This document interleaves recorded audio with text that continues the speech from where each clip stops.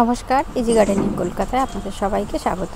তো সকালবেলা চলে এসেছি ছাদ বাগানে। তো ছাদ বাগানের এত গাছ, পুরো আমার ছাদটা কিন্তু জঙ্গল।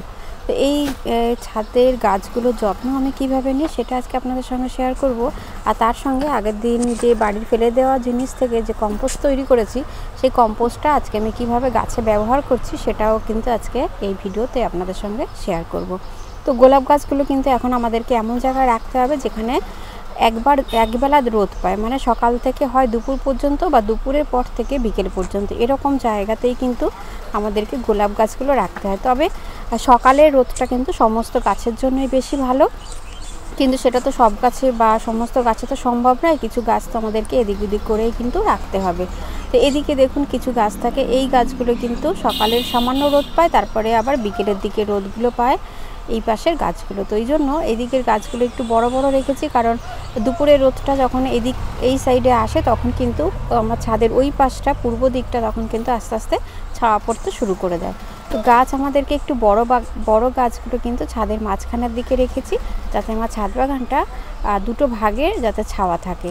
তো সকালবেলা এসেই প্রথম কাজ হচ্ছে ছাদটাকে ঝাঁটা দিয়ে, প্রতিদিনই কিন্তু আমি ঝাঁটা দিয়ে ছাদটা আগে পরিষ্কার করে নিই। এরকমভাবে দেখুন প্রতিদিনই গাছের ফুল পাতা এগুলো তো পড়তে থাকে, তো এগুলো প্রতিদিন যদি ঝাঁটা না দেওয়া হয় তাহলে কিন্তু ছাদ বাগান প্রচুর নোংরা হয়ে যায়।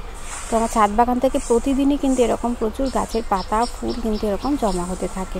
ঝাঁটা দেওয়ার পরে কিন্তু তারপরে আমার ছাদ বাগানের গাছগুলোকে জল দিয়ে দিই, আর জল দেওয়ার সঙ্গে সঙ্গে সমস্ত গাছগুলোকে কিন্তু স্নান করিয়ে দেওয়া হয়।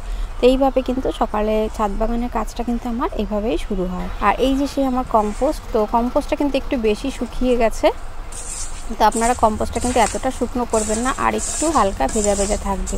আর আমার এটা বেশি শুকিয়ে যাওয়ার কারণ আমি দুপুরের পরে তো বাড়িতে থাকি না, তো আমি এটাকে ঢাকা দিয়ে যেতে একদম ভুলে গেছি। তো সেই জন্য এটা যেহেতু পুরোপুরি খোলা ছিল সারাদিন, সেই জন্য এটা একটু বেশি শুকিয়ে গেছে। তো হালকা যাতে ময়েস্ট ভাব থাকে সেরকমভাবেই কিন্তু আমাদেরকে কম্পোস্টটাকে কিন্তু রাখতে হবে। তবে অসুবিধা কিছু নেই, এটাকে চেলে নেওয়ার পরে হালকা চাইলে একটু জল ছিটা দিয়ে দুদিন রেখে দিলেই কিন্তু আবার সেই আগের মতো পজিশনে কিন্তু চলে আসবে। তো এটা দেখুন একটু গুঁড়ো গুঁড়ো করে নিলাম আমি।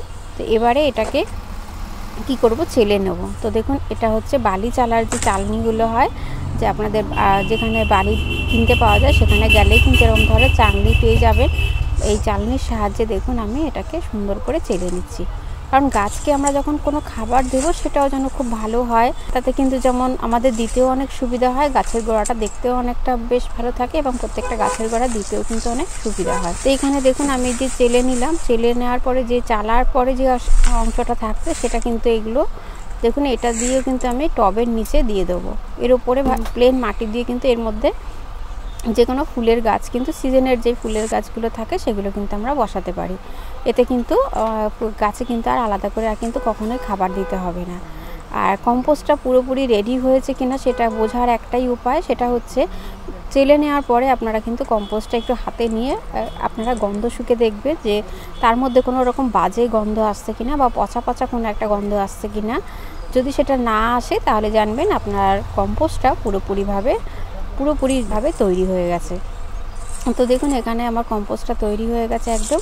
আর গন্ধটা থাকে কিন্তু একটু মাটি মাটি গন্ধ থাকে, তাহলেই কিন্তু বুঝে নিতে হবে আমাদের কম্পোস্টটা একদম রেডি গাছে দেওয়ার জন্য। এবার আমি কন্টেনারটার মধ্যে ভরে নিচ্ছি। এবার আমি সমস্ত গাছের গোড়ায় দেখুন এরকম এতটা করে, মানে দুমুঠো, বড় জায়গা হলে দুমুঠো করে দেবো, আর ছোটো টব যদি হয় সেখানে আমরা এক মুঠো করে দেবো। তো যেহেতু আমি বড় বড় ট্রের মধ্যে এখানে রয়েছে কুল গাছের মধ্যে এরকম দিয়ে দিচ্ছি। জাস্ট কিছুই না দিয়ে আপনি উপর থেকে জল দিয়ে দিলেই কিন্তু হয়ে যাবে। তো এরকমভাবে দেখুন আমি সমস্ত গাছে দিয়ে দিচ্ছি। তো এই গাছের গোড়ায় আমি কিছুদিন আগে একবার দিয়েছিলাম, তো দেখুন উচ্ছে গাছটা কি সুন্দর গ্রোথ নিতে শুরু করেছে। তো এই গাছের খাবারটার মধ্যে কিন্তু সব কিছু রয়েছে, নাইট্রোজেন, ফসফরাস, পটাশিয়াম, সব রকম খাবারই কিন্তু এর মধ্যে আছে। যেহেতু বাড়ির সমস্ত কিছু দিয়েই এই সারটা তৈরি করা হয়, চা পাতা থেকে শুরু করে কলার খোসা, তারপর বিভিন্ন রকম ফুল, গাছের পাতা, সব কিছু এর মধ্যে রয়েছে। তো সেই জন্য গাছের যাবতীয় খাবার কিন্তু এটার মধ্যেই কিন্তু আছে। তো ওই জন্য দেখুন এগুলো যদি আমরা ব্যবহার করতে পারি আমাদের গাছগুলো কিন্তু এমনিতেই ফুল ফলে এমনিতেই ভরে থাকবে। আর এর সঙ্গে সঙ্গে আমরা কি করব, 15 দিন অন্তর অন্তর আমরা এরকম ডাস্ট খাবার গাছের গোড়ায় দেবো। আর প্রতি সপ্তাহে পারলে আমরা যে কোনো একটা লিকুইড খাবার দেবো। তো লিকুইড খাবারটা আমি ঘুটে ভিজানো জল, সবজির খোসা পচানো জল, আর কখনো কলার খোসা অথবা পেঁয়াজের খোসা, তো এইভাবে ঘুরিয়ে ফিরিয়ে যখন গাছের গ্রোথের দরকার তখন আমরা নাইট্রোজেন জাতীয় খাবার দেবো, আর যখন ফুলের দরকার তখন আমরা পটাশিয়াম জাতীয় খাবার দেবো। ঘরোয়া পদ্ধতিতে পিটুনিয়া গাছ তৈরি করেছিলাম, তো সেই পিটুনিয়া গাছে কী হারে ফুল হচ্ছে আপনারা নিজেরাই দেখে নিন। তো আমার মতো আপনারা যদি এরকম বিনা খরচায় বা কম খরচা করে বাগান করতে চান, তাহলে কিন্তু এরকমভাবে গাছের খাবার তৈরি করে বা গাছের সার তৈরি করে আপনি সম্পূর্ণ অর্গানিকভাবে আপনার ছাদ বাগান এরকম সুন্দর ফুল ফল সবজিতে ভরিয়ে তুলতে পারেন। সবাইকে অসংখ্য ধন্যবাদ ভিডিওটি শেষ পর্যন্ত দেখার জন্য।